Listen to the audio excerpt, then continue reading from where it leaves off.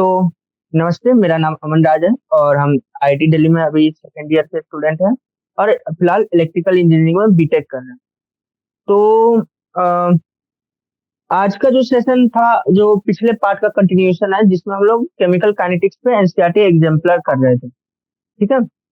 तो अ, हम लोग आज मल्टीपल चॉइस क्वेश्चन करेंगे और फिर अगर समय बचता है तो फिर हम लोग शॉर्ट क्वेश्चन को भी करने का प्रयास करेंगे। तो बढ़ते नेक्स्ट क्वेश्चन की ओर, जो हमारा मल्टीपल चॉइस क्वेश्चन का फर्स्ट क्वेश्चन है।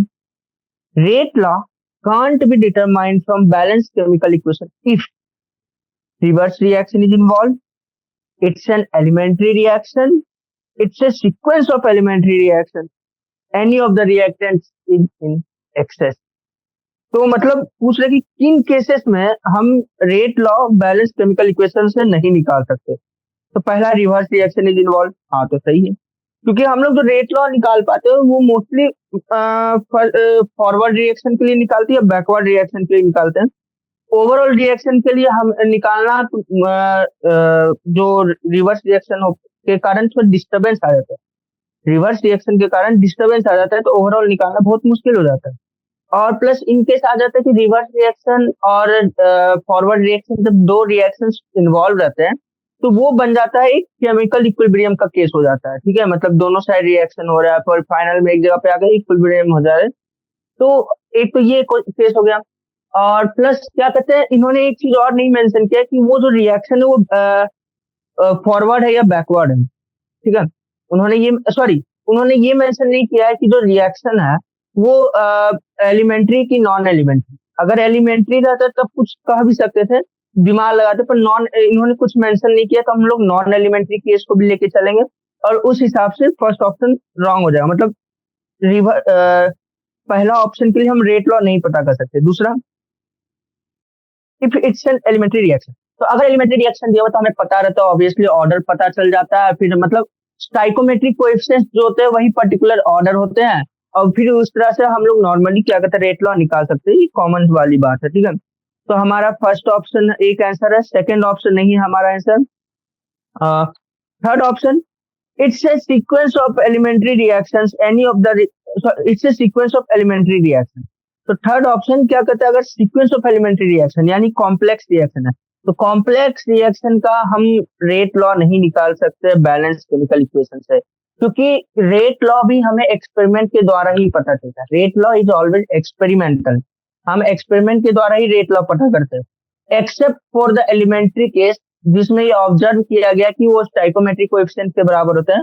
बाकी हर एक केस में हम लोग एक्सपेरिमेंट से ही पता करते हैं। ठीक है, तो थर्ड ऑप्शन क्या कहते हैं, हमारा राइट आंसर होगा। Any of the reactants is in excess. अब ये क्या हुआ, तो अब क्या होता है कि जैसे हमने आप सिंगल करेक्ट वाला अगर देखे होंगे पार्ट वन कि हम इसका एनसीईआरटी एग्जाम पर सॉल्यूशन का, तो आपको याद होगा हमने क्या बताया था कि अगर समथिंग इज इन एक्सेस, ठीक है, तो उसका क्या होता है, मान लीजिए for example R equal to K A B, ये रेट लॉ है, ये रेट कांस्टेंट है, ए और बी है। ठीक है, बी पावर एन मान के चलते हैं। ठीक है, एन हमें पता नहीं। अब बी मान लीजिए एक्सेस में, मान लीजिए ए और बी है, तो हमने बी लिया 1000 अमाउंट और ए लिया 1 अमाउंट, तो ए पूरी खत्म भी हो गया, तो ये 0 हो जाएगा, ये 999 हुआ। तो बी में इफेक्टिवली कुछ ज्यादा चेंज नहीं हुआ है, मतलब 1000 में क्या ही अंतर है, थोड़ा सा ही है, तो मतलब उतना कुछ इफेक्ट नहीं पड़ा है, तो हम लोग इसको 1000 अप्रोक्सीमेट कर सकते हैं। तो इस केस में क्या हो जाएगा, बी के कॉन्सेंट्रेशन को हम कांस्टेंट मान लेंगे, के इंटू बी पावर एन एक साथ आ जाएगा और ये ए इधर हो जाएगा। इसको हम नया रेट कांस्टेंट बना देंगे, है ना, जिसमें के डैश इक्वल टू के बी और एन, इसमें बी भी कांस्टेंट, के भी कांस्टेंट। ठीक है, अब क्या है कि जब हम इस तरह के रिएक्शन करेंगे तो हम लोग कभी रेट लॉ नहीं निकाल पाएंगे। क्यों, क्योंकि हम लोग कभी भी बी पर पावर एन क्या वो पता नहीं कर पाएंगे, क्योंकि ये डायरेक्टली कुछ इफेक्ट नहीं करता है रेट, ये डायरेक्टली रेट को कुछ उतना इफेक्ट नहीं करता है जब बी एक्सेस में होगा। हाँ, वही अगर बी कम अमाउंट में तब वो इफेक्ट करेगा, तब हम लोग निकाल सकते हैं, पर अगर हम उसको एक्सेस में ले ले तो निकालना बहुत मुश्किल हो जाता है रेट लॉ। इसलिए फोर्थ ऑप्शन भी करेक्ट है आंसर, यानी 1 3 4। ठीक है, बढ़ते हैं नेक्स्ट क्वेश्चन की ओर। Which of the following statements are applicable to a balance chemical equation of an elementary reaction? इनमें से क्या स्टेटमेंट है जो एप्लीकेबल होता है एक balance chemical equation of an elementary reaction? तो पहला option, order is same as molecularity, एकदम सही, क्योंकि हमें पता है मॉलिक्यूलरिटी क्या होता है, सम ऑफ कोएफिशिएंट्स होता है of balance equation, sum of coefficients of compounds of balance equation of a elementary reaction, है ना। मतलब मॉलिक्यूलरिटी तो हर एक एलिमेंट्री रिएक्शन के लिए, मॉलिक्यूलरिटी पर्टिकुलरली एलिमेंट्री रिएक्शन के लिए ही होता है, ठीक है, और हर एक एलिमेंट्री रिएक्शन के लिए ऑर्डर इक्वल टू मॉलिक्यूलरिटी होता है। सेकंड ऑप्शन, थर्ड ऑप्शन तो ऑब्वियसली गलत हो गया, molecularity can never be zero, बस किसी भी इक्वेशन में मॉलिक्यूलरिटी कभी भी जीरो हो ही नहीं सकता, चाहे कॉम्प्लेक्स हो, एलिमेंट्री हो, कुछ भी हो। ऐसा इसलिए क्योंकि मॉलिक्यूलरिटी क्या होता है कि कितने मॉलिक्यूल्स एक दूसरे से कोलाइड कर रहे हैं एक रिएक्शन को करने के लिए।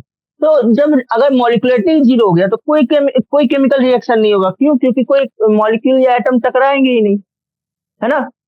ठीक है, तो बढ़ते हैं अब नेक्स्ट क्वेश्चन की। 22 का आंसर है 1 and 4, ठीक है।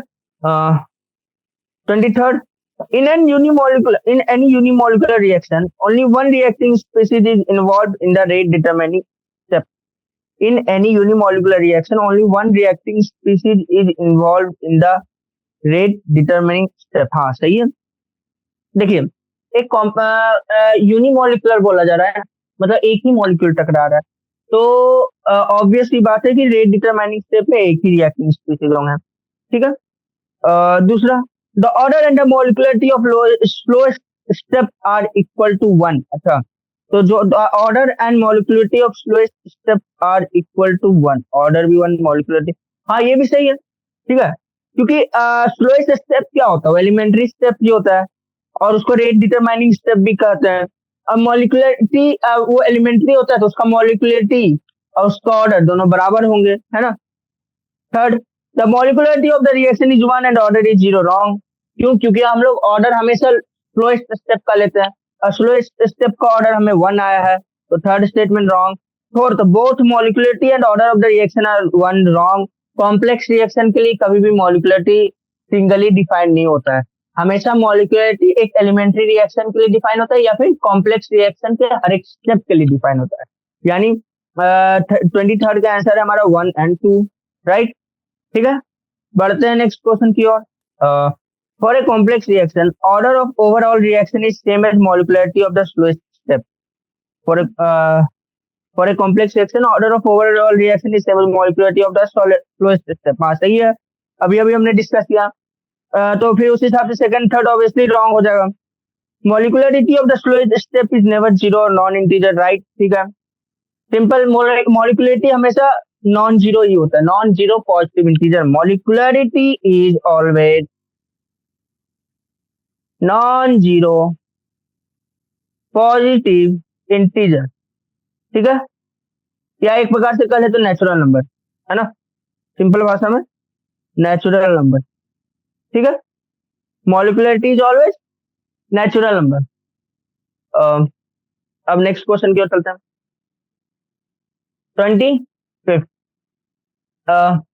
At high pressure the following reaction is zero order. अच्छा, उन्होंने पहले बता दिया कि ये एक जीरो ऑर्डर रिएक्शन है, ठीक है, इन्होंने पहले ही बता दिया कि ये एक जीरो ऑर्डर रिएक्शन। और रिएक्शन दिया हुआ है अमोनिया का, क्या कहते हैं, डिसोसिएशन का, जो प्लैटिनम कैटलिस्ट के प्रेजेंट में होता है, कितने टेम्परेचर पे, 1130 केल्विन पे, ठीक है। उसके बाद क्या बोले, which of the following statements options are correct in this reaction. उन्होंने पूछा कि आप कौन सा रिएक्शन, इसमें से कौन सा स्टेटमेंट सही है, ठीक है। तो चलिए अब पता करते हैं। Rate of reaction equal to rate constant, हाँ सही है। जीरो ऑर्डर है ना, जीरो ऑर्डर क्या होता है, rate equal to K into A पर पावर 0, यानी के क्या है हमारा, रेट कांस्टेंट, यानी फर्स्ट ऑप्शन सही। Rate of the reaction depends on concentration of ammonia, no, rate of the reaction नहीं डिपेंड करता है क्योंकि जीरो ऑर्डर है। Rate of decomposition of ammonia will remain constant until you ammonia disappears completely, right. क्या होता है rate का, ऐसा होता है ग्राफ, पहले ऐसे ऐसे होगा, अमोनिया पूरा खत्म तो धड़ाम से नीचे गिरेगा, ठीक है। और फोर्थ क्या बोल रहा है, further increases in pressure will change the rate of reaction. तो क्या प्रेशर अफेक्ट करेगा? Further increase in pressure, pressure बढ़ाया जा रहा है, will change the rate of reaction. हाँ, इफेक्ट तो करेगा। जब जब भी हम लोग कुछ ऊपर नीचे करेंगे तो कुछ ना कुछ तो इफेक्ट होने वाला है प्रेशर का। इक्विलिब्रियम टाइप का आप कह सकते हैं, ली चैटलियर प्रिंसिपल जो है उस टाइप का केस हम लोग यहाँ ले सकते हैं। बाकी तो इफेक्ट तो होगा। तो इसे हमारा फाइनल आंसर क्या आया? 134। ठीक है, 25th आंसर 134। हाँ, 26, during decomposition of an activated complex energy is always release. हाँ सही है। एक्टिवेटेड कॉम्प्लेक्स क्या होता है? ऐसे अगर डायग्राम देखें, ये रिएक्टेंट है, ये प्रोडक्ट है, ठीक है, और ये होता है एक्टिवेटेड कॉम्प्लेक्स। हम शॉर्ट में लिख रहे हैं, ये एक्टिवेटेड कॉम्प्लेक्स, ये प्रोडक्ट, एक रिएक्टेंट। और दो डायग्राम्स पॉसिबल है, क्या पॉसिबल है तो देखते हैं। तो हम अभी एनर्जी डायग्राम बना रहे हैं, ठीक है, ये रिएक्टेंट, ये प्रोडक्ट, ठीक है, रिएक्टेंट, एक्टिवेटेड कॉम्प्लेक्स, प्रोडक्ट, है ना।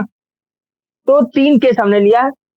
अब तीनों केस में क्या चीज हम देख रहे हैं, इसमें रिएक्टेंट, इस केस में रिएक्टेंट और प्रोडक्ट का एनर्जी कांस्टेंट है, ठीक है, रिएक्टेंट और प्रोडक्ट का एनर्जी मतलब सॉरी सेम है, रिएक्टेंट और प्रोडक्ट का एनर्जी सेम है। इस केस में रिएक्टेंट का जो एनर्जी है वो प्रोडक्ट से ज्यादा है, ठीक है, और इस केस में रिएक्टेंट का एनर्जी प्रोडक्ट से कम है, ठीक है। तो अब आते मेन मुद्दा पे, जो हम कहना क्या चाहते हैं। तो देखिए, एक्टिवेटेड कॉम्प्लेक्स से अब क्या होता है, एक्टिवेटेड कॉम्प्लेक्स से या तो रिएक्शन फॉरवर्ड जाएगा या बैकवर्ड जाएगा। यानी कुछ एक्टिवेटेड कॉम्प्लेक्स रिएक्टेंट में भी बदल सकता है और एक्टिवेटेड कॉम्प्लेक्स प्रोडक्ट में बदल सकता है, दोनों साइड जा सकता है एक्टिवेटेड कॉम्प्लेक्स, ठीक है। तो अब क्या होगा कि अभी हमने जो स्टेटमेंट बोला कि एक्टिवेटेड रिएक्शन प्रोडक्ट की तरफ भी जा सकता है, रिएक्टेंट की तरफ जा सकता है, तो इस हिसाब से फोर्थ ऑप्शन सही हो गया। अब आते हैं कि एनर्जी का क्या सीन है। तो एक्टिवेटेड कॉम्प्लेक्स हमेशा रिएक्टेंट और प्रोडक्ट के एनर्जी से ज्यादा, एक्टिवेटेड कॉम्प्लेक्स का जो एनर्जी होता है वो हमेशा रिएक्टेंट और प्रोडक्ट के एनर्जी से ज्यादा होता है। इसके तीनों केस में आप देख सकते हैं कि एक्टिवेटेड कॉम्प्लेक्स का एनर्जी हमेशा रिएक्टेंट और प्रोडक्ट से ज्यादा है। यानी वो एक साइड जाए, दूसरा साइड जाए, तो ये किसी भी साइड जाए, हमेशा वो मतलब हमेशा वो उसका एनर्जी ज्यादा ही होगा। ये जैसे फॉर एग्जांपल ये किसका ग्राफ है, ये इंडोधर्मिक रिएक्शन का ग्राफ है, ये एक्सोधर्मिक का, और ये इसका मतलब इसमें कोई एनर्जी रिलीज नहीं हुआ है इसका, ठीक है। तो मतलब energy is always release in any case, जब भी एक्टिवेटेड कॉम्प्लेक्स डिकम्पोज होगा हमेशा एनर्जी रिलीज ही होगा, इसलिए 26 का आंसर है 1, ठीक है। बढ़ते हैं नेक्स्ट क्वेश्चन की ओर। According to Maxwell-Boltzmann distribution of energy, the fraction of molecules with most probable kinetic energy decreases at higher temperature. हाँ, क्या लगता है? अच्छा, इसका आंसर हमने क्या बोला? हाँ, 14, 26 का आंसर 14। हाँ, तो ये 27 क्वेश्चन है, गलती से 28 लिखा हुआ है। तो अब क्या लगता है आपको? आपको ग्राफ अगर याद होगा तो कम टेम्परेचर पर ग्राफ कुछ इस तरह से होता है। मान लीजिए टेम्परेचर T1 पे और टेम्परेचर T2 पे ये ग्राफ है, जिसमें T2 ग्रेटर देन T1 होता है। ये काइनेटिक एनर्जी या वेलोसिटी का ग्राफ होता है। यहाँ काइनेटिक एनर्जी होता है, यहाँ पे फ्रैक्शन ऑफ मॉलिक्यूल्स होता है, ठीक है। तो आप देखेंगे कि जब भी टेम्परेचर बढ़ते जाएगा ग्राफ थोड़ा राइटवर्ड शिफ्ट होते जाता है और हाइट उसका घटते जाएगा, ठीक है। अगर और एक और लाइन ऐड कर दे इसमें तो कुछ ऐसा, ठीक है, कुछ ऐसा ग्राफ बन रहा है। ग्राफ मतलब बहुत इफेक्टिव होता है। पिक्चर मेमोरी करके एक कॉन्सेप्ट होता है, पिक्चर मेमोरी, कि आप पिक्चर कुछ देखते हैं और उससे आपको याद हो जाता है, कोई इमेज आप देखते हैं और उससे चीजें आपको याद हो जाती है। तो ये सब जो पिक्चर एनसीईआरटी में जो पिक्चर्स बने होते हैं वो बहुत इंपॉर्टेंट होता है। तो आप उनको मतलब एक ऐसे नहीं कि नजरअंदाज कर दिए, एक बार बढ़िया से देखिए ताकि याद हो जाए, ठीक है। हम लोग को भी मेमोरी थोड़ा पिक्चर, ये हम लोगों ने भी, हम जब इसको कर रहे थे पहली बार तो हमें पिक्चर मेमोरी से याद था कि पिक्चर में ऐसा बना हुआ था, तो ऐसा ऐसा केस था, टेम्परेचर बढ़ने पे घट रहा है, ग्राफ कुछ ऐसा हो जा रहा है। तो हमेशा जब भी टेम्परेचर बढ़ता जाता है तो ग्राफ थोड़ा राइटवर्ड शिफ्ट होता रहता है और हाइट उसका थोड़ा कम होते जाता है, ठीक है। विड्थ बढ़ जाता है, विड्थ बढ़ रहा है पर हाइट घट रहा है, ठीक है। ऐसा इसलिए ये मतलब ऑब्जर्व किया गया, ठीक है। तो इससे हमें क्या पता चल रहा है ऑप्शंस के लिए कि fractions of molecules with most, ये जो होता है ना, ये मोस्ट प्रोबेबल काइनेटिक एनर्जी होता है, ये मोस्ट प्रोबेबल काइनेटिक एनर्जी होता है। और ये जो वैल्यू होता है, कॉरेस्पॉन्डिंग वैल्यू होता है, वो फ्रैक्शन होता है कि कितनों के पास ये मोस्ट प्रोबेबल काइनेटिक एनर्जी होगा। ठीक है। तो जैसे जैसे टेम्परेचर बढ़ते जाता है, the fraction of molecules with most probable kinetic energy decrease है, क्योंकि हाइट घट रहा है। यहाँ पे हाइट क्या रिप्रेजेंट कर रहा है? प्रोबेबिलिटी या फ्रैक्शन ऑफ मॉलिक्यूल्स, उन फ्रैक्शन ऑफ मॉलिक्यूल्स को रिप्रेजेंट कर, ठीक है। तो ये जो फ्रैक्शन ऑफ मॉलिक्यूल्स को ये रिप्रेजेंट करता है, ठीक है। तो जैसे जैसे टेम्परेचर बढ़ेगा, ऐसे उन मॉलिक्यूल्स का फ्रैक्शन घटते जाएगा जिनके पास मैक्सिमम, जिनके पास मोस्ट प्रोबेबल काइनेटिक एनर्जी, ठीक है। यानी the fraction of molecules with most probable kinetic energy decreases at higher temperature, ठीक है। तो इस तरह से हमारा आंसर 27 को 1 हो जाएगा। एक और ऑप्शन है फिर, most probable kinetic energy increases at higher temperature, हाँ ये भी सही है, ठीक है। क्या ग्राफ राइटवर्ड शिफ्ट होता जा रहा है ना, ग्राफ राइटवर्ड शिफ्ट होता जा रहा है, तो मतलब क्या हो रहा है, वेलोसिटी काइनेटिक एनर्जी तो ऑब्वियसली बढ़ते जा रहा है ना, मोस्ट प्रोबेबल काइनेटिक एनर्जी। तो इसका आंसर 3, तो 1 3 इसका आंसर है। एक चीज और ध्यान रखिएगा, इस ग्राफ का जो एरिया होता है ना विथ एक्स एक्सिस, इस ग्राफ का जो एरिया होता है विथ एक्स एक्सिस, वो हमेशा कांस्टेंट है, वो हमेशा कांस्टेंट रहता है हर टेम्परेचर पे, वो कांस्टेंट ही रहेगा। ये दर्शाता है कि प्रोबेबिलिटी ऑफ, मतलब ये फ्रैक्शन क्या है, एक प्रकार से प्रोबेबिलिटी है ना, कि मतलब probability of molecule having particular kinetic energy क्या होगा, वो फ्रैक्शन ही होगा, है ना। समझ में आ रहा है कैसे फ्रैक्शन होगा? जैसे मान लीजिए 10 मॉलिक्यूल के पास 2 जॉल काइनेटिक एनर्जी है, अब 20 मॉलिक्यूल के पास 3 जॉल काइनेटिक एनर्जी है। अब मेरा सवाल इतना है आपसे कि probability of molecules having 2 जॉल kinetic energy is, तो क्या आप लिखिएगा 10/30 लिखिएगा ना, यानी 1/3। यही फ्रैक्शन ऑफ मॉलिक्यूल्स भी है ना, जो इनके पास वो काइनेटिक एनर्जी है 10 किलो जॉल। समझ में आ रहा है? यानी fraction of molecule indirectly probability को ही डिपिक्ट कर रहा है। और चूंकि प्रोबेबिलिटी, टोटल प्रोबेबिलिटी हमेशा 1 होता है, ठीक है। टोटल प्रोबेबिलिटी किसी भी इवेंट का, सारे इवेंट को मिला के टोटल प्रोबेबिलिटी हमेशा 1 होता है, इसलिए इस ग्राफ का एरिया भी हमेशा 1 रहता है। और क्या कहते हैं, इसका इस ग्राफ का मतलब इस ग्राफ का एरिया एग्जैक्टली 1 होता नहीं होता, पर वो हमेशा कांस्टेंट रहता है, ये तो श्योर है। ग्राफ का एरिया हमेशा हमेशा कांस्टेंट होता है, क्योंकि इसका area is directly proportional to probability, ठीक है। और क्या कहते हैं बाकी, और कुछ नहीं इसमें, और कुछ नहीं इसका। 28 in the graph showing Maxwell Boltzmann distribution of energy, लीजिए क्वेश्चन आ गया वही वाला, area on the curve must not change with increase in temperature, ठीक है। तो ठीक है, फर्स्ट ऑप्शन सही है। Area under the curve increases with increase in temperature, no, area किसी भी केस में नहीं बढ़ने वाला।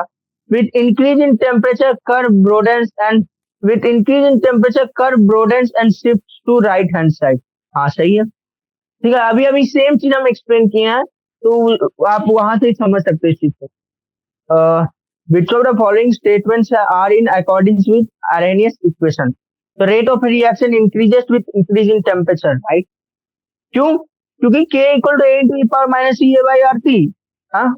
और जैसे जैसे टेम्परेचर बढ़ता है K बढ़ता जाता है, और रेट क्या होता है, रेट तो K पे ही डिपेंड करता है, बाकी कॉन्सेंट्रेशन पे डिपेंड करता है, कॉन्सेंट्रेशन टर्म पे, तो टेम्परेचर बढ़ेगा K बढ़ेगा, रेट बढ़ेगा। फर्स्ट ऑप्शन सही है। Rate of reaction increases with decrease in activation energy, ये भी सही है, जैसे ही ये घटेगा ये बढ़ेगा। Rate constant decreases exponentially with increase in temperature, गलत। Rate of reaction decreases with decrease in activation energy, गलत। यानी 29 का आंसर क्या है, 1 2, खत्म। 30 mark the incorrect statement, catalyst provides an alternative pathway to reaction mechanism, तो ये करेक्ट स्टेटमेंट है, तो ये हमारा आंसर नहीं होगा। Catalyst raises the activation energy, गलत। Catalyst lowers the activation energy, right? Catalyst alters enthalpy change of the, oh sorry, Catalyst lowers the activation energy, correct option है, correct statement है। Catalyst alters enthalpy change of the reaction, wrong statement है, यानी हमारा answer हो गया 2 4। ये सारा चीज हम लोगों ने कल कर रखा है, ठीक है। ये सारे स्टेटमेंट कई कई बार हमने दोहराए हैं, फिर से बता रहे हैं। कैटलिस्ट क्या करता है, वो delta G, delta H, delta S किसी को इफेक्ट नहीं करता है, वो सिर्फ एक्टिवेशन एनर्जी को घटा देता है। ठीक है, एक्टिवेशन एनर्जी को घटा देता है। बढ़ते हैं नेक्स्ट क्वेश्चन की ओर। 31, विच of the following graph is correct for a zero order reaction. Reaction rate, अभी अभी हमने ग्राफ बताया था फर्स्ट का, ये आंसर क्या बताया था हमने कि रिएक्शन रेट कुछ हद तक कांस्टेंट रहता है, उसके बाद जैसे ही पूरा रिएक्टेंट खत्म हो जाता है धड़ाम से नहीं गिर के जीरो हो जाता है ना।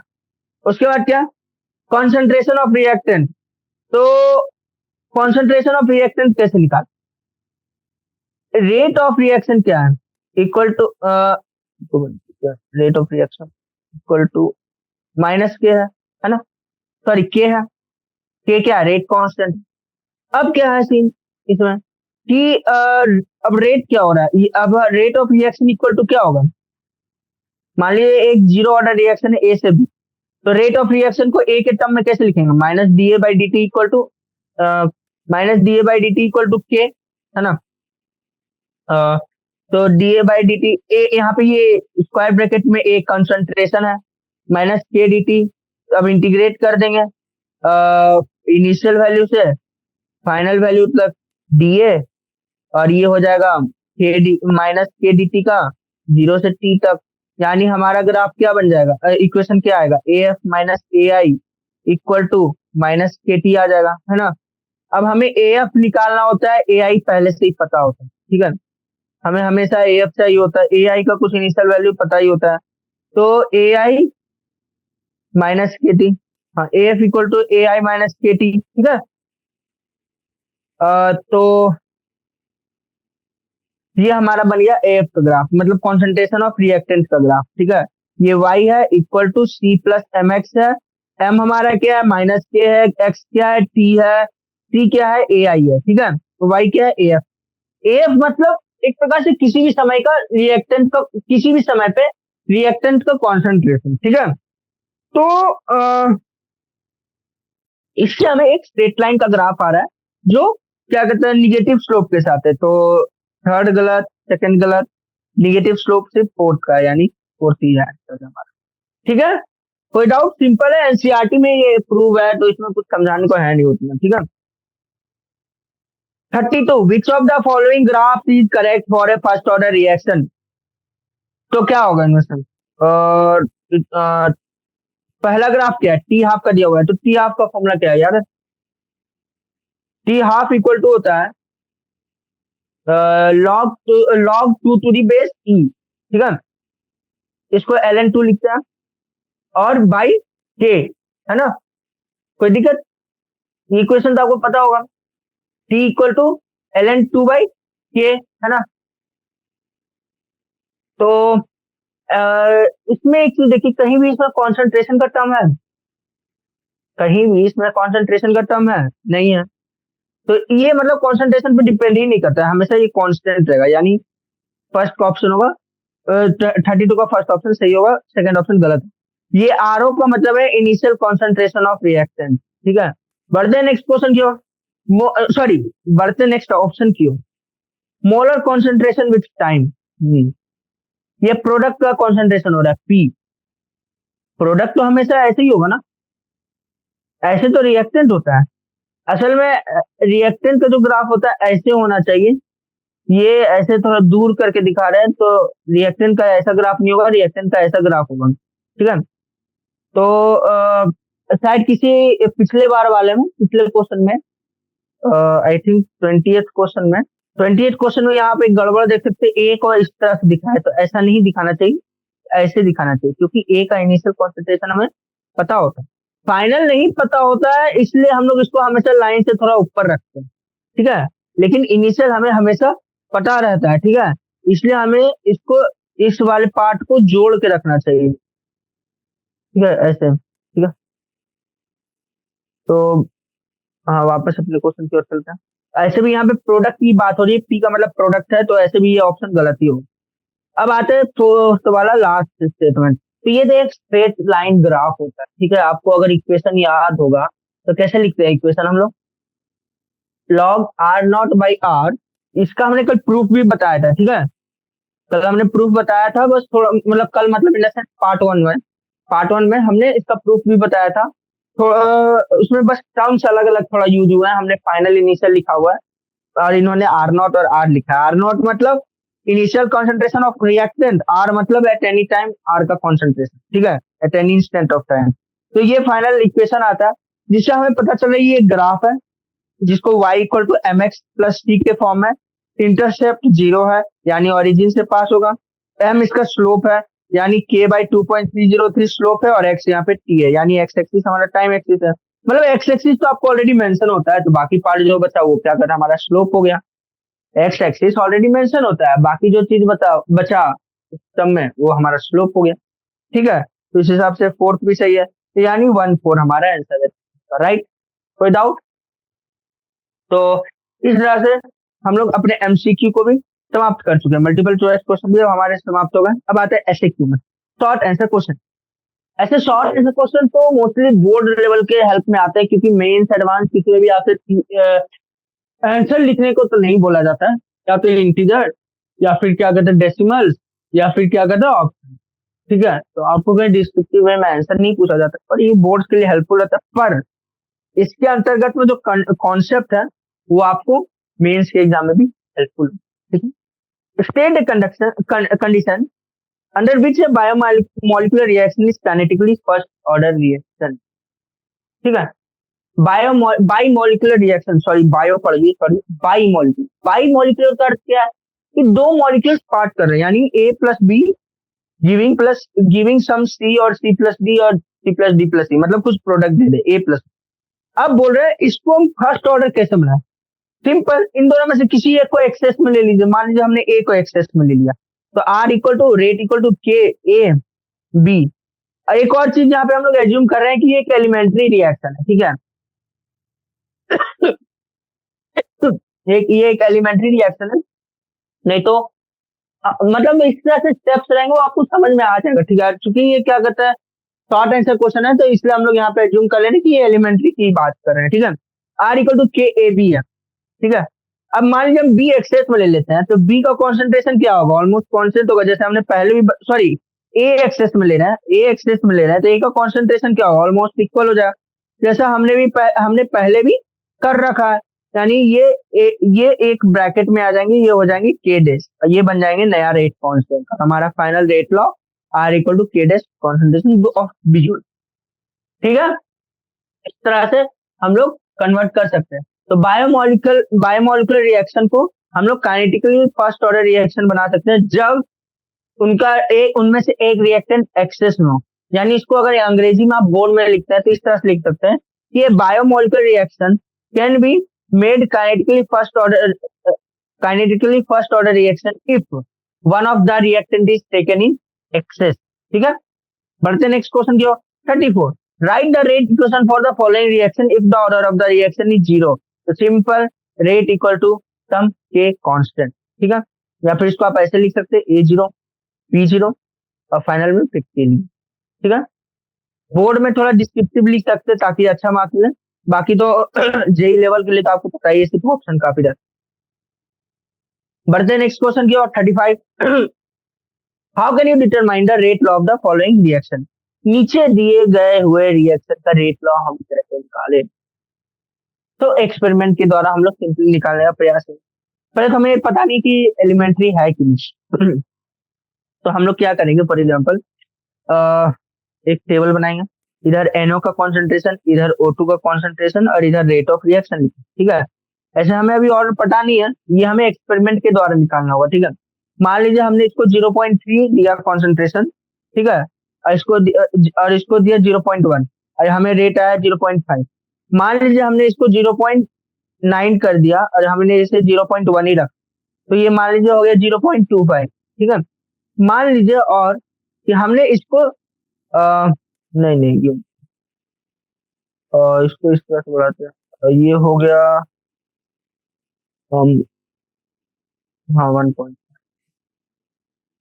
और मान लीजिए इसको ऐसे रख के इसको ऐसे किया हमने, तो O2 को इंटू 2 कर दिया, NO को कांस्टेंट रखा, तो ये हो गया हमारा 2। यानी क्या हो रहा है, फर्स्ट केस में हमने NO को इंटू 3 कर दिया O2 को कांस्टेंट रखा तो रेट हमारा इंटू 3 टाइम बढ़ गया। कोई डाउट? पर सेकेंड केस में हमने NO को सेकेंड मतलब थर्ड रो में NO को कांस्टेंट रखे O2 का हमने इंटू 2 कर दिया, तो फाइनल रेट इनिशियल के इंटू 4 हो गया। यानी जब NO को हम अगर हम कुछ मल्टीप्लाई कर रहे हैं, मान लीजिए NO को हम डबल कर रहे हैं या ट्रिपल कर रहे हैं, तो रेट भी डबल या ट्रिपल हो रहा है। यानी rate is directly proportional to concentration of NO। ठीक है। और इसी तरह से सेकेंड O2 के केस में देखिए, जब हम O2 को डबल कर रहे हैं तो रेट 4 टाइम्स हो जा रहा है। मान लीजिए वही O2 को हम ट्रिपल कर रहे हैं तो रेट 9 टाइम्स हो जा रहा है। यानी rate is directly proportional to O2 का कॉन्सेंट्रेशन का स्क्वायर। या यहाँ पे प्रेशर मेजर करेंगे, प्रेशर हम लोग लिखेंगे क्योंकि यहाँ गैसेस के साथ हम हैंडल कर रहे हैं तो प्रेशर लिखेंगे। ठीक है। तो इस तरह से हम लोग को रेट लॉ मिल जाएगा। अब हम मतलब ये इमेजिनरी डाटा हमने, हाँ एग्जैक्टली ये नहीं है, एग्जैक्ट कुछ और ऑर्डर भी हो सकता है, हमें पता नहीं है, पर इमेजिनरी के हिसाब से इस तरह से मतलब हम लोग आंसर कर सकते हैं। ठीक है। या फिर आप एनसीईआरटी में भी देख सकते हैं, ऐसा ही एक एग्जाम्पल है वहां पे भी आप देख सकते हैं। ठीक है। लेकिन हाँ, आपको मतलब सिंपल तरीका यही है कि हम लोग उसको अलग अलग कॉन्सेंट्रेशन वेरी करेंगे। मतलब आप सिंपल आंसर में इस तरह लिख सकते हैं कि we will vary the pressure of the reactants NO and O2 and accordingly we will write the rate and find the relation between rate and the pressures of reactant and then we can find a rate law। समझ में आया? ठीक है। इस तरह से अंग्रेजी लिख सकते हैं या फिर आप अपना समान भाषा में समझना चाहे तो इस तरह से समझ सकते हैं कि हम पहले क्या करेंगे कि सबसे पहले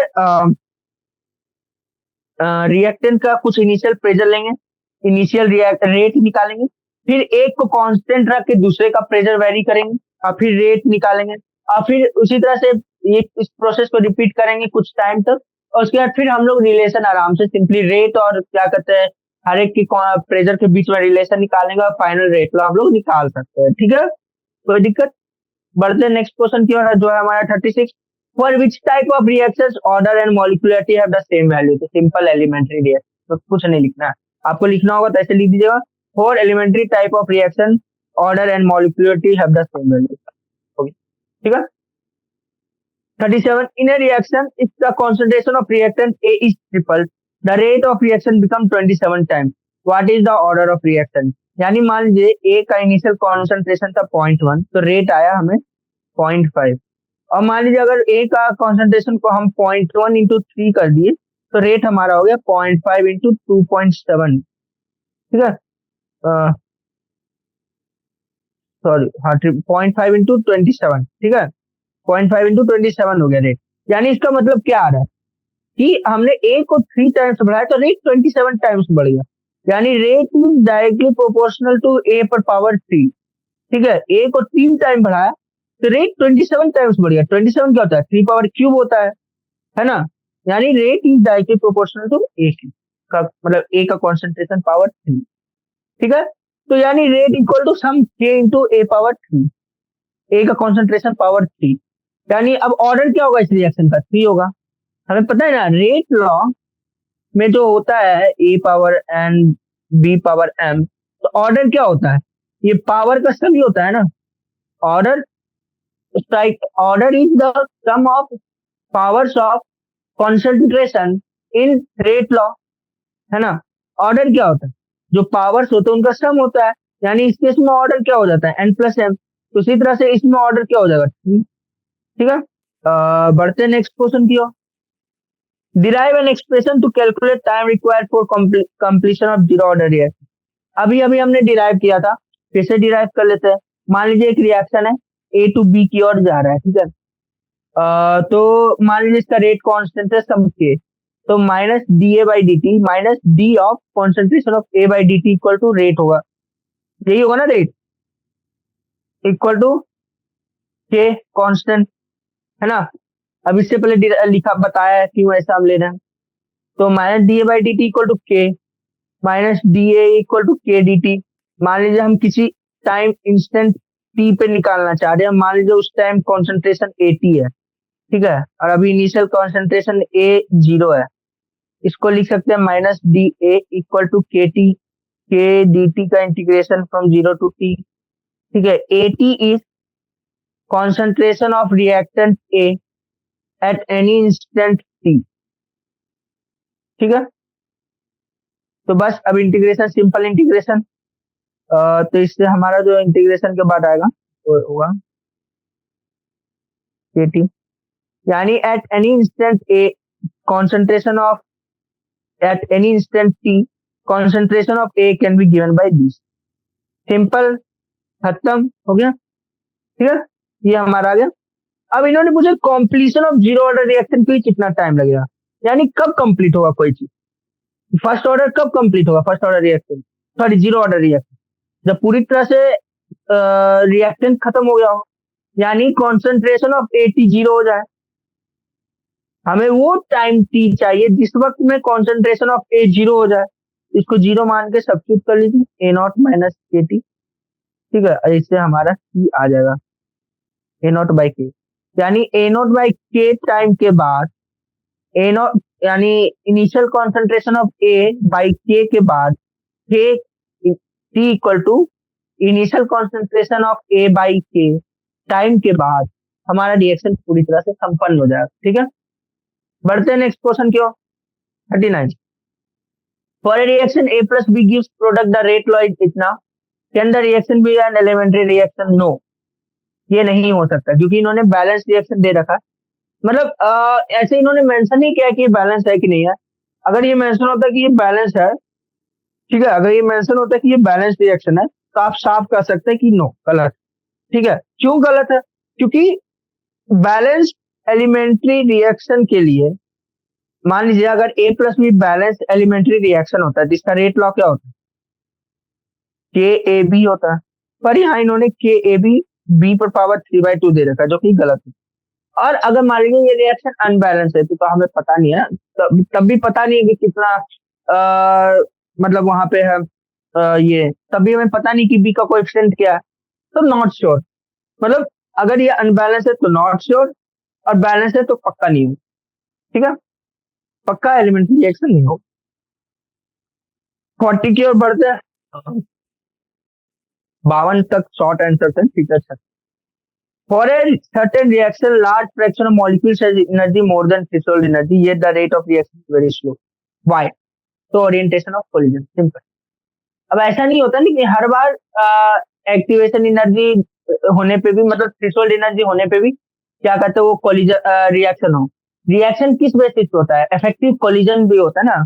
रिएक्शन के रेट का दो फैक्टर होता है, reaction of rate, sorry rate of reaction दो फैक्टर पे डिपेंड करता है, एक तो एक्टिवेशन एनर्जी, दूसरा ओरिएंटेशन ऑफ कोलिजन। तो सिर्फ इतना जरूरी नहीं है कि आपका एक्टिवेशन आपका थ्रेशोल्ड एनर्जी हो गया, या फिर आपके पास इनफ एनर्जी है जो एक्टिवेशन एनर्जी से ज्यादा है, तब भी आपका वो रिएक्शन हो जाएगा, नहीं।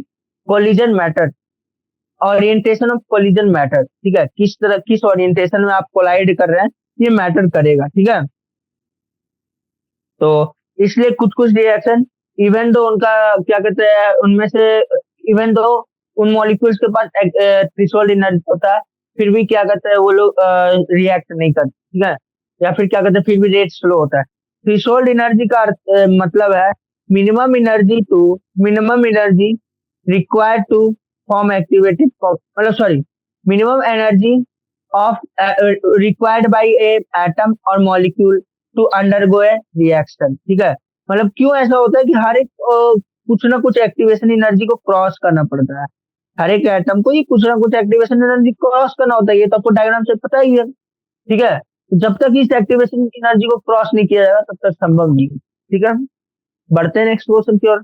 हमारा नेक्स्ट क्वेश्चन है 41, for a zero order reaction build a molecularity equal to zero, wrong. Molecularity कभी भी जीरो नहीं हो सकता। मॉलिक्यूलरिटी क्या है? Molecularity is the number, effective number of atoms और molecules colliding to form a product. ठीक है, इन ए रिएक्शन, ये मॉलिक्यूलरिटी है। जीरो एटम तो कभी कोलाइड नहीं कर सकते ना, करेंगे या तो मिनिमम 1 तो होने चाहिए, कि एक तो हो कम से कम जो डिसोसिएट हो जाए, है ना। इसलिए 41 का आंसर है कि नो, नेवर। ठीक है, मॉलिक्यूलरिटी फ्रैक्शन भी नहीं हो सकता। ठीक है, मॉलिक्यूलरिटी फ्रैक्शन भी नहीं हो सकता है। ठीक है, अच्छा, ये गलत जगह स्लाइड लगी, सॉरी। मैचिंग टाइप अभी नहीं चालू है। हाँ, स्लाइड गलत जगह लग गया। मैचिंग टाइप इसके बाद है, ठीक है, ये मैचिंग टाइप। तो आज मोस्टली शॉर्ट आंसर करते करते ही समय चला जाए। ठीक है, तो कल मैचिंग चालू कर देंगे। और मतलब नेक्स्ट पार्ट में हम लोग मैचिंग करेंगे, असर्शन रीजन करेंगे, फिर लॉन्ग आंसर तक करेंगे। फिलहाल आज शॉर्ट आंसर तक में प्रयास करेंगे कि आज शॉर्ट आंसर सारा कर लें। So for a general reaction A to B, plot of concentration A versus time is given in figure 4.3. Figure भी दे दिया, अच्छी बात है। Answer the following question on the basis of this graph. तो concentration of A constantly decrease हो रहा है, ठीक है, यानी dA by dt equal to क्या है, माइनस के है ना। फर्स्ट ऑर्डर में ही ऐसा होता है ना। dA by dt क्या होता है, स्लोप होता है, आपको पता है ना। मान लीजिए समथिंग dx by dt है, तो ये स्लोप है x का, फिर x वर्सेस t का ग्राफ का, ठीक है। मान लीजिए एक ग्राफ है, ठीक है, ये मान लीजिए y वर्सेस x है। तो इस पॉइंट पे हमको अगर स्लोप निकालना है ना, ये मान लीजिए x1 कमा y1 है, तो हम क्या करेंगे, डी y को x से डिफ्रेंशिएट करेंगे, ठीक है। y को x के बेसिस पे डिफ्रेंशिएट करेंगे, उसके बाद फिर उसमें x1 कमा y1 सब्स्टिट्यूट कर देंगे, और फाइनल आंसर हमारा आ जाएगा, वही स्लोप होता है, ठीक है। तो ये dA by dt भी स्लोप है a वर्सेस t ग्राफ का, है ना, और माइनस के इसका स्लोप का वैल्यू है, ठीक है। तो मतलब ये क्या है, स्लोप हमेशा कांस्टेंट हो रहा है, यानी ये कब पॉसिबल है, वो स्ट्रेट लाइन हो तभी होगा ना ये सब, यानी ये जीरो ऑर्डर रिएक्शन है। ये वाला इक्वेशन तो सिर्फ जीरो ऑर्डर के लिए होता है ना, तो ये जीरो ऑर्डर रिएक्शन है, यानी what is the order of the reaction, zero. Simply या फिर आप दूसरे तरीका से भी समझ सकते हैं कि आप ग्राफ को याद रख सकते हैं कि जीरो ऑर्डर में हमेशा वो स्ट्रेट लाइन होता है, ठीक है, तो याद हो जाता है, समझिए। स्लोप ऑफ द कर्व क्या है, तो D A by D T equal to minus K, यानी slope of the curve minus K, ठीक है। नहीं तो अगर आपको इक्वेशन याद है तो आप इस तरह से भी समझ सकते हैं। मान लीजिए ए का concentration at some time T, और ये माइनस इनिशियल कॉन्सेंट्रेशन, सॉरी ऐसे नहीं, ए का concentration at time t equal to minus के t plus initial concentration of A, ठीक है। तो इसमें टी हमारा एक्स एक्सिस है, y equal to M x plus c, x हमारा टी है, तो एम क्या है, माइनस, स्लोप क्या हो गया, माइनस के, ठीक है, तो स्लोप हमारा माइनस के, यानी negative of rate constant.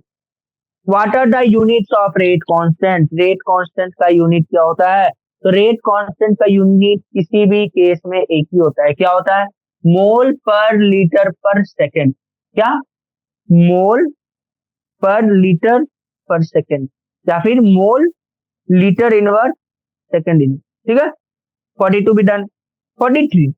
The reaction between H2 and O2 is highly feasible, yet allowing the gas to stand at room temperature in the same vessel doesn't lead to formation of water. Explain. This is because of larger fraction of colliding particles can't cross energy barrier at room temperature. ठीक है, क्या होता है, क्यों, क्योंकि कम temperature होने के कारण मतलब रूम टेम्परेचर ऑब्वियसली H2 और O2 के रिएक्शन पे होने के लिए बहुत कम है, ठीक है। तो इस कारण से क्या होता है, एक्टिवेशन एनर्जी बहुत हाई हो जाता है, बहुत कम के पास, इतना बहुत कम एटम के मतलब एक्टिवेशन एनर्जी सेम रहता है, ठीक है, पर फिर भी बहुत कम एटम्स के पास ही इतना एनर्जी होता है जो उस एक्टिवेशन एनर्जी को क्रॉस कर सके। क्यों नहीं होता है रिएक्शन रूम टेम्परेचर पे H2O2 का, क्योंकि बहुत सारे एटम्स के पास उतना एक्टिवेशन एनर्जी नहीं होता है जितना रिक्वायर्ड है H2 और O2 के कॉलिजन के लिए एट रूम टेम्परेचर, ठीक है। अब आते हैं next 44. Why does the rate of A reaction increases with rise in temperature, simple, हमने क्या बताया था, रेट लॉ, रेट इक्वेशन में क्या होता है, K equal to A into power minus A by R T, ये क्या है हमारा, ये है हमारा रेट कांस्टेंट के लिए। तो जैसे जैसे टी बढ़ता है के बढ़ता है, यानी हायर टेम्परेचर पे के ज्यादा होगा, और रेट क्या है, के पे भी डिपेंड करता है ना, रेट के पे भी डिपेंड करता है।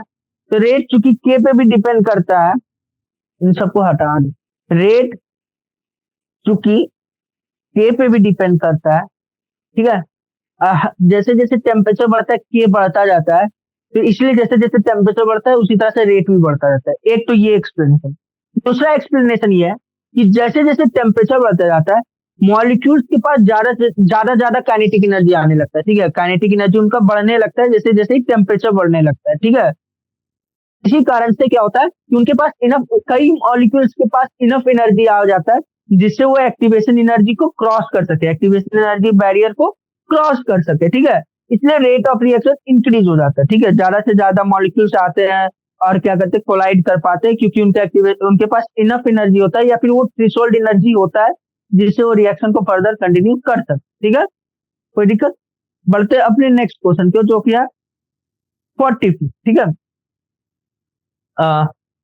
oxygen is available in plenty in air, yet fuels do not burn by themselves at room temperature.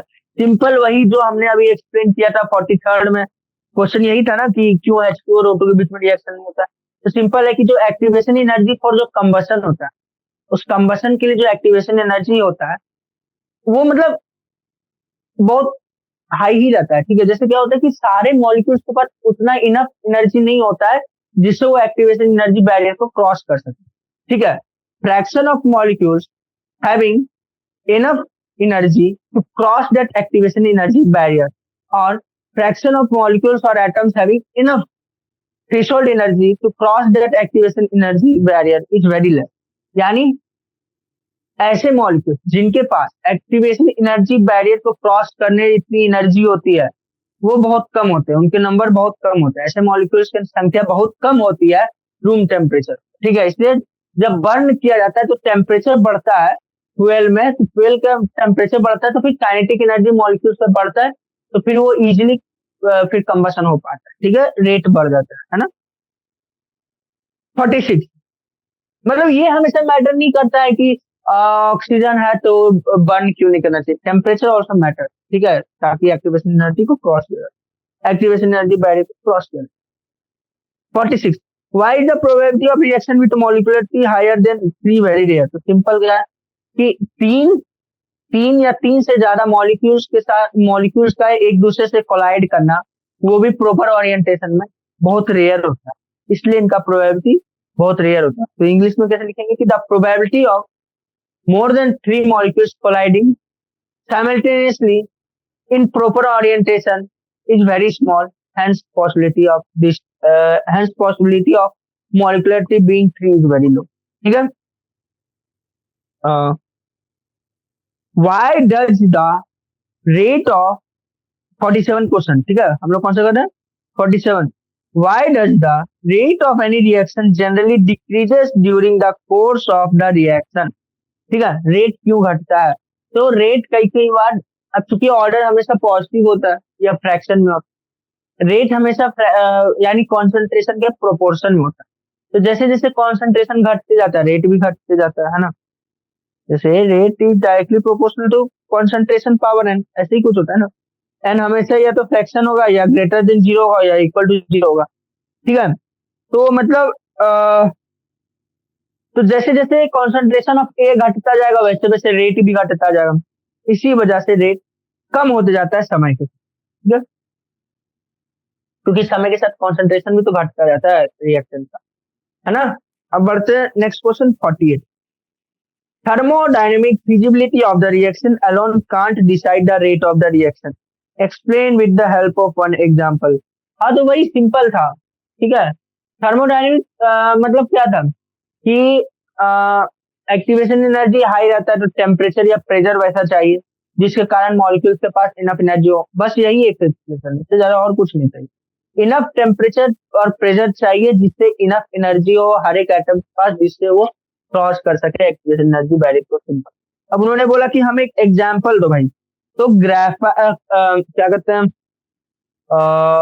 Example, diamond to graphite का जो कन्वर्सन होता है वो थर्मोडायनेमिकली हाईली फिजिबल। ठीक है, डायमंड से ग्रेफाइट में जाने का जो डेल्टा जी होता है वो बहुत निगेटिव होता है। क्यों बहुत निगेटिव होता है, क्योंकि डायमंड में ना मॉलिक्यूल्स बहुत हाईली पैक्ड होते, ग्रेफाइट में बहुत कम पैक होते, यानी एंट्रोपी भी बढ़ जाता है। ठीक है, एंट्रोपी भी बढ़ जाता है, तो मतलब काफी सपोर्ट स्पॉन्टेनियस हो जाता है, थोड़ा रिएक्शन स्पॉन्टेनियस हो जाता है।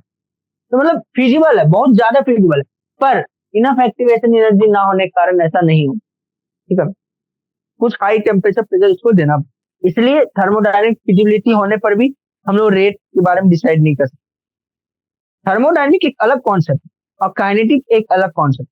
थर्मोडायनेमिक आपको बताएगा कि रिएक्शन होगा कि नहीं हो, बस इतना ही बताएगा, ये नहीं कह सकते कितने तेजी से हो, पर रेट आपको बताएगा कि कितने तेजी से होगा रिएक्शन। ठीक है, why in the redox titration of KMnO4 versus oxalic acid we heat oxalic acid solution before starting the titration? यही एक केस है कि हम लोग क्या करते हैं, टेम्परेचर बढ़ा देते हैं जिससे रेट ऑफ रिएक्शन बढ़ जाता है। क्यों बढ़ जाता है? ताकि सारे मॉलिक्यूल्स के पास इनफ इनफ एक्टिवेशन एनर्जी आ जाता है। ठीक है, KMnO4 और ऑक्जेलिक एसिड का जो रिएक्शन होता है वो स्लो होता है। ठीक है, बहुत स्लो होता है, तो उसको कुछ इनफ टेम्परेचर दे देने पे हर एक मॉलिक्यूल या मतलब बहुत मेनी मॉलिक्यूल्स के पास इनफ एनर्जी आ जाता है जिससे वो एक्टिवेशन एनर्जी बैरियर क्रॉस करते हैं। बैरियर इन द सेंस हम कहना चाह रहे हैं आपको, बैरियर का मेरा अर्थ है कि ये एनर्जी वर्सेस टाइम ग्राफ है, ये रिएक्टेंट, ये प्रोडक्ट। तो रिएक्टेंट को पहले यहाँ जाना पड़ता है। ठीक है, इस यहाँ तक आना पड़ता है, तो इतना एनर्जी होगा मॉलिक्यूल्स के पास तभी ऐसा हो पाएगा, नहीं तो नहीं हो पाएगा। इतना एनर्जी रिक्वायर्ड होता है। ठीक है, इसी को एक्टिवेशन एनर्जी बैरियर भी कहते हैं। Why can't molecularity of any reaction equal to zero? तो हमने कई बार एक्सप्लेन कर दिया, सिंपल, जीरो मॉलिक्यूल्स कभी कोलाइड करेंगे नहीं फॉर्म करने के लिए, मिनिमम एक तो चाहिए ही चाहिए। ठीक है, 51, why molecularity is applicable only for elementary reaction and order is applicable for elementary as well as complex. Order हमेशा हम लोग रेट डिटरमाइनिंग स्टेप का ही हम कंसिडर करते हैं, कोई भी कॉम्प्लेक्स रहे एलिमेंट्री रहे। एलिमेंट्री है तो मतलब तो ये वन स्टेप रिएक्शन है, तो हम लोग तो एलिमेंट्री का रिएक्शन हमेशा ऑर्डर को ही, एलिमेंट्री रिएक्शन का ऑर्डर को ही हम लोग उसका ऑर्डर कंसिडर करेंगे। पर कॉम्प्लेक्स रिएक्शन में जो रेट डिटरमाइनिंग स्टेप होता है उसी के ऑर्डर को हम लोग कॉम्प्लेक्स रिएक्शन का ऑर्डर मानते हैं। ठीक है, इसलिए ऑर्डर जो है वो एलिमेंट्री और कॉम्प्लेक्स दोनों पे एप्लीकेबल होता है। पर जो मॉलिक्युलरिटी होता है उसमें हम लोग मॉलिक्युलरिटी को कभी भी कॉम्प्लेक्स रिएक्शन के लिए डिफाइन नहीं करते। ठीक है, फॉर एग्जांपल कॉम्प्लेक्स रिएक्शन में बहुत सारे स्टेप होते हैं ना, उसमें बहुत सारे एलिमेंट्री रिएक्शन। तो अब ये कहना कि सब मिलके एक साथ कोलाइड हो गया और फॉर्म हो गया, तो ऐसा नहीं होता है ना। सब लोगों ने एक दूसरे से नहीं तोड़ा तोड़ी किया। जैसे मान लीजिए for example A plus B gives C and C plus D gives E, तो हमारा फाइनल रिएक्शन क्या आ रहा है? A plus B plus D gives E, A plus B plus D gives E, final का ये आया है ना। तो हमें क्या लगेगा कि अगर ये कॉम्प्लेक्स रिएक्शन है तो हम सोचेंगे तीनों कोलाइड किए और फाइनल प्रोडक्ट ई दे दिए, पर एक्चुअलिटी में ऐसा नहीं होता है ना। पहले ए बी कोलाइड करते हैं फिर सी डी कोलाइड करते हैं। तो एक्चुअलिटी बनाए रखने के लिए हम लोग हमेशा मॉलिक्युलरिटी एलिमेंट्री का ही डिफाइन करते हैं, कॉम्प्लेक्स का डिफाइन नहीं करते। फाइनल क्वेश्चन है, क्या कहते हैं, why we can't determine the order of reaction by taking into concentration of balanced chemical equation. ठीक है, तो सिंपल सा बात है, ऐसा इसलिए हम लोग नहीं कर सकते हैं क्योंकि कॉम्प्लेक्स रिएक्शन में हम लोग हमेशा रेट डिटरमाइनिंग स्टेप का करते हैं केस। तो मतलब रेट डिटरमाइनिंग स्टेप से करते हैं, तो हम लोग उसी का ऑर्डर पे डिपेंड रहते हैं हमेशा। ठीक है, रेट डिटरमाइनिंग स्टेप के ऑर्डर पे ही हमेशा डिपेंड होता है, उसी से ऑर्डर आता है। ठीक है, क्योंकि वो रेट डिटरमाइनिंग स्टेप ही रेट बता रहा है ना कि कितना रेट पे होगा रिएक्शन, तो हम लोग हमेशा उसी का ऑर्डर लेते हैं। हम कभी भी नॉर्मल इक्वेशन का नहीं लेते, ये कॉम्प्लेक्स का केस है। एलिमेंट्री में हम लोग हमेशा एलिमेंट्री ही लेते हैं, क्योंकि अब फॉर एग्जांपल हमने एक एग्जांपल दे रखा है, ये रिएक्शन। ठीक है, तो ये रिएक्शन हमें लगेगा कि अगर हम लोग स्टाइकोमेट्रिक कोएफिशिएंट से ले इसका ऑर्डर 10 हो जाएगा, पर असल बात वो नहीं है, इसका ऑर्डर 10 नहीं है, इसका ऑर्डर 10 नहीं है, क्योंकि इसमें मान लीजिए कुछ कुछ स्टेप होते हैं। मान लीजिए A plus B give C, C plus D give C, तो A plus B giving C मान लीजिए बहुत फास्ट है और C plus D giving E बहुत स्लो है, तो हमारा रेट जो है इस पर डिपेंड कर रहा है। तो हम लोग इसका स्टाइकोमेट्रिक कोएफिशिएंट का सम लेंगे और उससे ऑर्डर निकालेंगे। ओवरऑल सम लेने से हमें हमेशा गलत आंसर ही आएगा। ठीक है, ये बस आंसर था कि वाई कांट वी डिटरमाइन, है ना। ऐसा एनसीईआरटी कहती है कि ये जो रिएक्शन है असल में ये सेकेंड ऑर्डर रिएक्शन, पर अगर हम लोग कोएफिशिएंट से निकालने का प्रयास करें, रिएक्टेंट के कोएफिशिएंट से निकालने का प्रयास करें, तो ऑर्डर 10 है ना। ठीक है, तो फिलहाल आज शॉर्ट आंसर क्वेश्चन के साथ ही इसको समाप्त करते हैं, है ना। कल हम लोग क्या कहते हैं मैचिंग करेंगे, फिर असर्शन रीजनिंग करेंगे और फिर लॉन्ग आंसर करने का प्रयास करेंगे, कल सब कुछ खत्म। ठीक है? तो मोस्टली 3 पार्ट में हमारा ये chemical kinetics NCERT exam class खत्म। तो फिर मिलते हैं आपसे अगले सेशन में। अच्छे से रहिएगा, अपना हेल्थ का ध्यान रखिएगा, और अगर आप मेंस देने वाले तो अपना हेल्थ का बहुत बहुत ध्यान रखिएगा। और all the best for your mains exam. Tension मत लीजिए।